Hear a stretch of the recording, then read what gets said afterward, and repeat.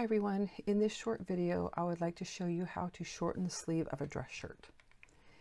Now the first thing you'll need to do is remove your cuff and then your placket, and you'll need to be careful to not tear or rip your shirt because the stitches can be short and really tight. After you remove the cuff, you're going to remove the placket button. Be mindful of the order that you're removing things because you'll have to reverse this order when you put the shirt back together.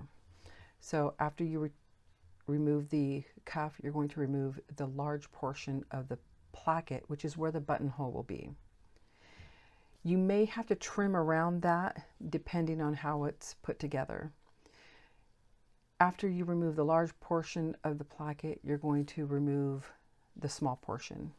Again, really small stitches, sometimes they're tight. Just be careful, take your time, and try not to tear your shirt. Now you're going to measure up from the hem of your shirt the amount that you need shortened. So if you're taking off an inch, you're going to measure up an inch. I'm doing 1.5 inches. So measure up the length that you want removed and cut it off. Now the amount that you cut off is the amount that you're going to lengthen that slit so that the placket will fit properly. This is all so that the distance between your placket button and your cuff remains even, because if you don't remove the placket and lengthen the slit, then your button will be too close to your cuff and it just looks awkward. So I prefer to do it this way so that you can't really tell that your shirt has been altered.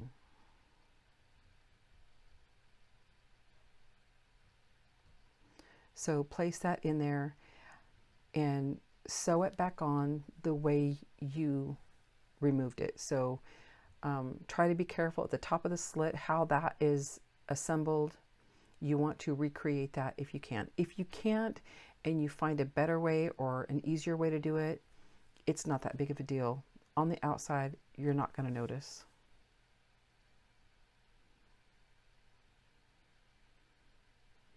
So when you place it on there, you're just going to sew close to the fold on that placket, not the edge, but the inner fold. So you took off the cuff, the large portion of the placket, then the small. Now you're putting the small placket back on, the large placket, and then you'll move on to the cuff. If you feel comfortable sewing this back on without pinning, then go ahead. But I use pins a lot because I don't like to remove stitches to redo it. I would rather take the time at this point and make sure everything's done right. Now I'm using my short ruler underneath the placket so that when I pin the placket to the shirt, I'm not grabbing the other side of the shirt.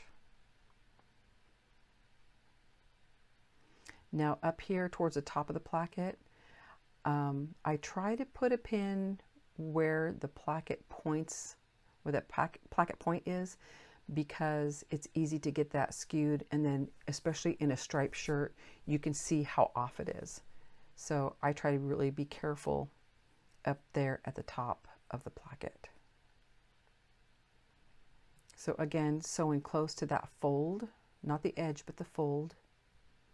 And you're just going to go up that large placket and then pivot at each of those little corners that create that, I call it a rooftop because that's what it looks like to me.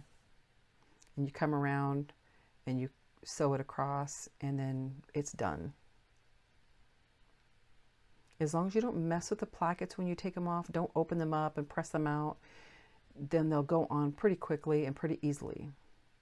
Now I'm going to sew the cuff back on, and I recommend you sew the right sleeve first because the pleats that you put in the shirt will be closer to the buttonhole, and that's at the other end.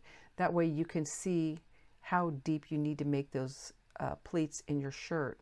Then you mirror them for the left sleeve. And you may not understand what I'm talking about until you actually do it. Then it'll click, you'll get it.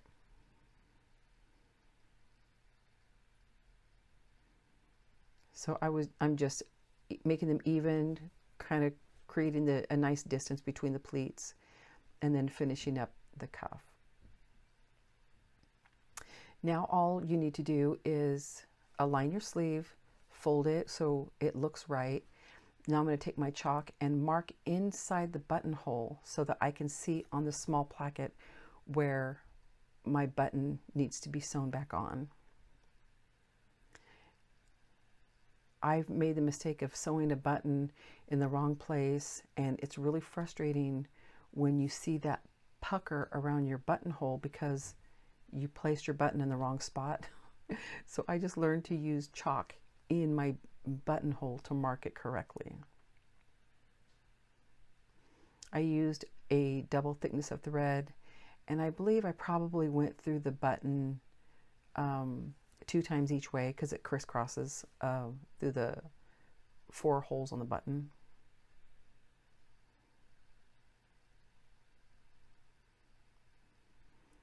So the better you get, the more you practice, the faster it is.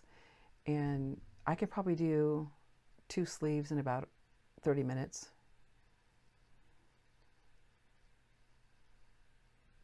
So this is it. If you guys like this video, give it a thumbs up. Don't forget to share and subscribe.